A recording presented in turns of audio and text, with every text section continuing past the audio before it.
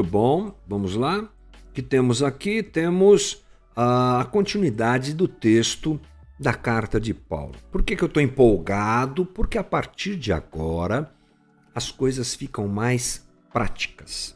Sim, eu te alertei sobre isso.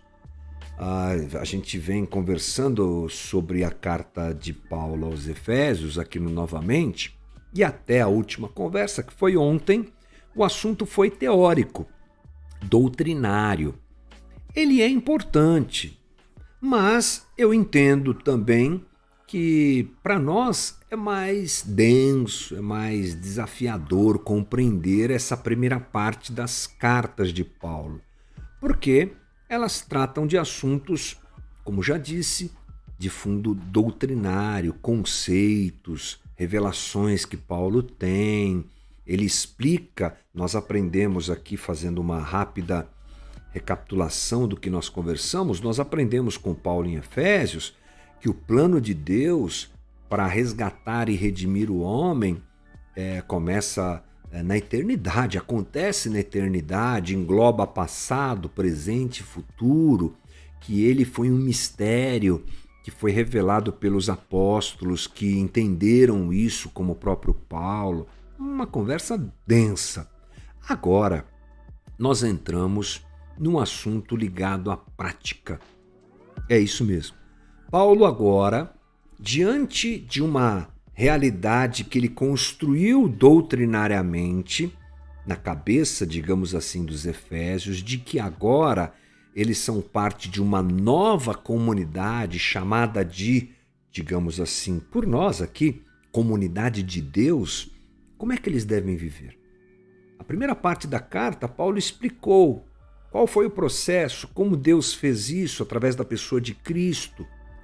Agora ele quer que os seus discípulos lá em Éfeso aprendam como eles devem viver, como gente que faz parte da nova comunidade de Deus vive. É a partir dessa ideia que a gente começa a nossa conversa hoje. Então vamos lá, vamos mudar nossa tela e começar o nosso papo aqui sobre essas recomendações de Paulo. A primeira coisa importante para nós pensarmos é que não se trata de moralismo. Paulo não está, você não encontrará isso nessas nossas conversas, Paulo não está apresentando regras morais para esse pessoal.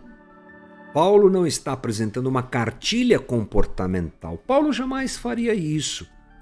Ele é um daqueles que compreendeu que a lei, talvez o que mais compreendeu e mais ensinou isso, que a lei, a moralidade, a regra por si só, a norma por si só é limitadora, não salva ninguém e não dá ao homem a capacidade de se aproximar de Deus. Porque o homem sempre, pecador como é, peca, não cumpre a lei, não consegue vencer o pecado através da lei.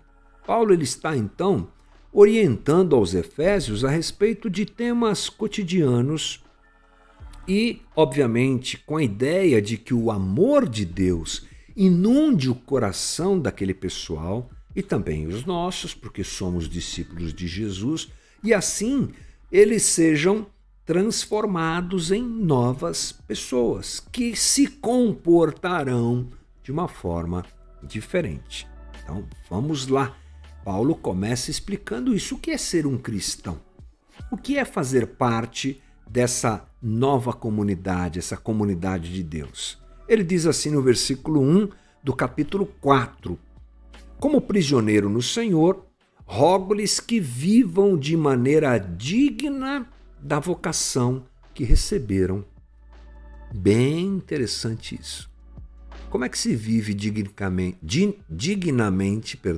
Como é que se vive dignamente a vocação que se recebe?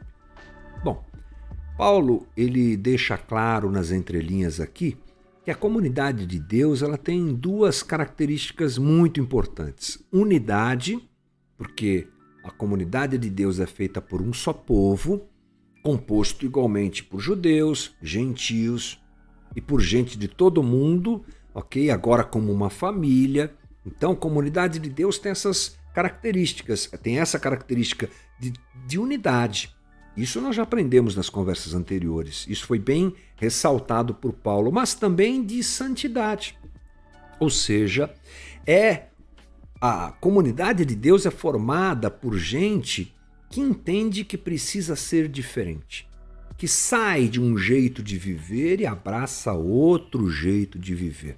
Está inserido no mundo caído, convive com a cultura, está no meio de uma sociedade feita e formada por gente que não conhece a Deus e que tem pensamentos de quem não conhece a Deus, mas quer viver de outra maneira. Então, unidade e santidade são aspectos fundamentais do jeito de se viver na comunidade de Deus. É um chamado para se viver de maneira diferente, não só dentro da comunidade, mas também fora, por favor. Toda a vida do cristão é transformada, não é? E ele vive a partir de outros valores. Então vamos dar uma olhadinha no versículo 2, porque Paulo segue falando sobre isso. E ele então apresenta esse caminho, como vocês devem viver. Sejam completamente humildes e dóceis e sejam pacientes, suportando uns aos outros com amor. Eu trouxe para você também aí, na imagem que está na tela, a versão Almeida Revista e Atualizada, que diz assim: com toda a humildade e mansidão. É um pouco diferente o jeito de dizer. Com toda a humildade e mansidão, com longanimidade, suportando-vos uns aos outros. Bom, aqui a gente precisa então prestar atenção nessas definições. Porque Paulo diz primeiro que os efésios deveriam viver com humildade. Primeira coisa para nós pensarmos é que humildade, gente, não é alguma coisa valorizada no mundo antigo. Não. Os gregos, inclusive, não usavam nem sequer essa palavra. Os romanos entendiam como fraqueza. Somente em Jesus é que a humildade se tornou uma virtude. Nós, às vezes, não entendemos por falta de percebermos isso historicamente, óbvio, né? Por conta de termos uma leitura mais apurada e um conhecimento melhor sobre isso, o quanto a figura de Cristo e todos os seus ensinamentos influenciaram a cultura ocidental, a cultura do mundo. Então, antes de Cristo, a ideia de humildade não era nem sequer ventilada. Imagine uma sociedade que nem essa palavra era dita. Então, só a partir de Jesus é que isso é apresentado como virtude. E começa essa ideia, esse conceito, essa realidade de humildade no próprio Cristo, que, como Paulo diz, lá em Filipenses 2,5, se esvazia e vem habitar entre nós como homem, humilhando-se na forma de servo, Paulo continua dizendo. É o rei que se torna servo. É o Cristo, Senhor, que lava os pés dos discípulos. É aquele que é chamado lá no Antigo Testamento de o servo sofredor. Humildade. Jesus, inclusive, coloca diante de nós uma criança como modelo. Então, é óbvio que Jesus exalta essa realidade da humildade como algo que deve ser vivido pelo cristão. Paulo usa o termo grego que quer dizer ter uma opinião humilde de si mesmo, senso profundo de insignificância moral, modéstia, humildade, submissão de mente. Olha que interessante, né? É o reconhecimento da dignidade e valor de outras pessoas, de uma percepção adequada de si mesmo, percebendo claramente que é graça. Eu sei que nós temos um apelo social para que nós tomemos cuidado com a baixa imagem, a auto-baixa imagem. Não é bom você conviver com uma baixa imagem, no sentido de você se sentir sempre incapaz. Isso é uma coisa que, quando está arraigada no coração de alguém, faz muitos danos. Eu posso fazer uma confissão aqui que luto eventualmente contra essa situação. É ruim você, é muito triste, muito complicado você olhar para si e não perceber o seu próprio valor. Talvez a gente tenha que aprender a lidar com isso, porque o texto bíblico, os ensinamentos de Jesus e aqui de Paulo, obviamente baseado nos ensinamentos de Jesus, dizem: seja humilde. Então, humildade não é saber ou não é pensar que eu não posso. Humildade é, mesmo sabendo que posso, reconheço que mesmo que posso não vem de mim. É graça e misericórdia do Senhor. É o crédito que é dado a outro. É a capacidade que eu tenho, vivo, realizo, exerço, mas quando ela se apresenta, eu não bato no peito para dizer: uau, eu sou o cara. Não, não, não, não. É aquela realidade de perceber que é Deus que capacita, que dá, porque afinal de contas, tudo vem das mãos de Deus. A segunda coisa é mansidão. Paulo apresenta a mansidão como algo necessário para aqueles que vivem no ambiente do reino, nessa nova comunidade. Ele diz assim, ali no texto, deixa eu voltar aqui para me localizar, sejam com toda a humildade e mansidão. Pronto, não tem muito o que pensar aqui no texto que nós lemos. É a qualidade de se dominar a força que se tem. Interessante, né? É o termo usado, eu já falei sobre isso algum tempo atrás, quando nós estudamos Gálatas. Porque a mansidão é parte do fruto do Espírito, não é? Então, lá quando conversamos sobre Gálatas, sobre a carta de Paulo aos Gálatas, ao nos depararmos com esse termo, foi essa análise que fizemos. É um termo usado para se referir a um animal domesticado. É a suavidade dos fortes, é uma pessoa mansa.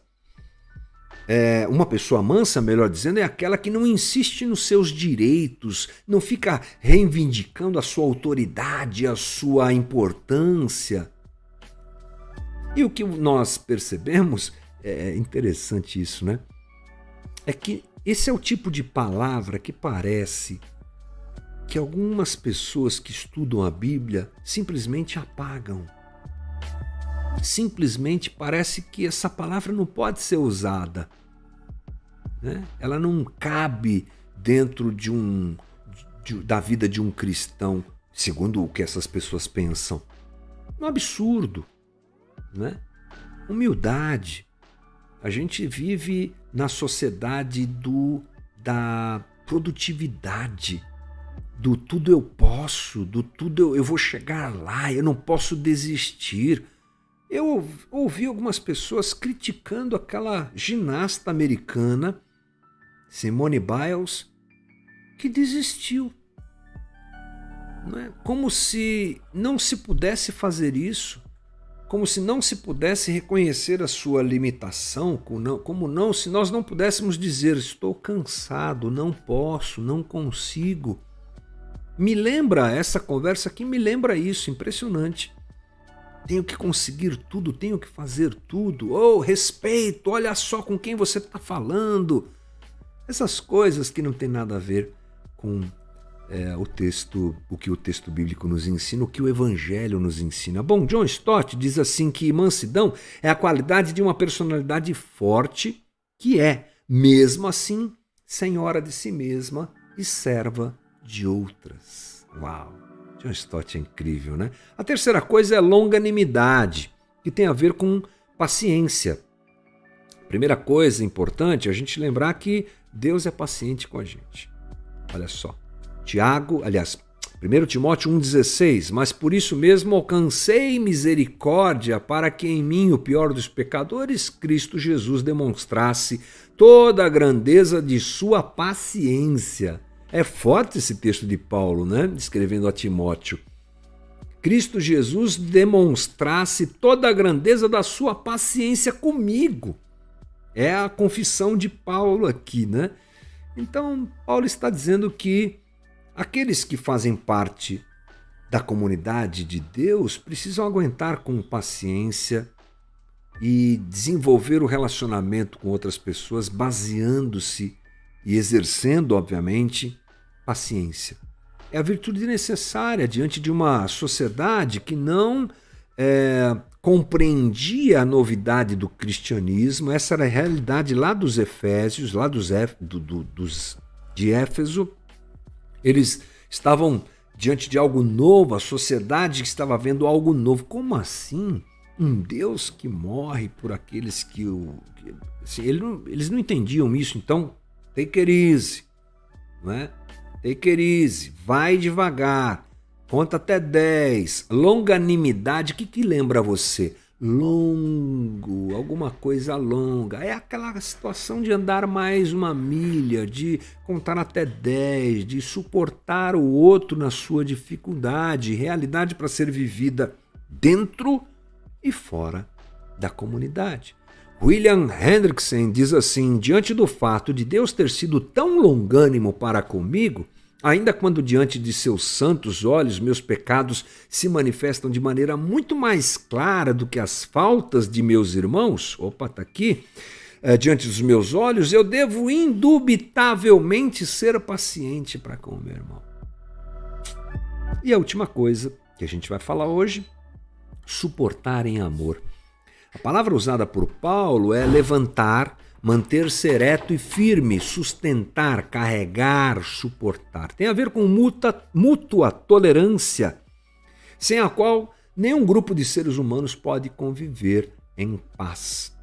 É a cereja do bolo, né? Ele vem construindo a ideia e ele diz, olha, vocês precisam suportar uns aos outros. É uma verdade interior, de bom grado, aquela coisa que você desenvolve na caminhada com Cristo e que realmente faz diferença nas relações. Então Paulo diz que essas virtudes são a base para que a comunidade de Deus, essa comunidade de Deus, viva em verdadeira unidade. Se escolhemos viver uns com os outros, deve ser assim. Devemos efetivamente engolir o nosso orgulho, não lutar por exposição, por destaque, diminuir para que Cristo apareça, lutando assim contra a nossa natureza humana. É claro que a sociedade que está ao nosso redor, ela prega algo distinto e diferente disso. Mas que sejamos nós aqueles que ouvem a voz de Jesus e permitem que o Espírito Santo trabalhe no nosso coração através da própria palavra que revela a sua vontade a nós, e assim a gente vai se tornando gente cada vez mais parecida com Jesus e que Ele nos ajude a todos nós nesse desafio. Esse é o nosso Novamente de hoje.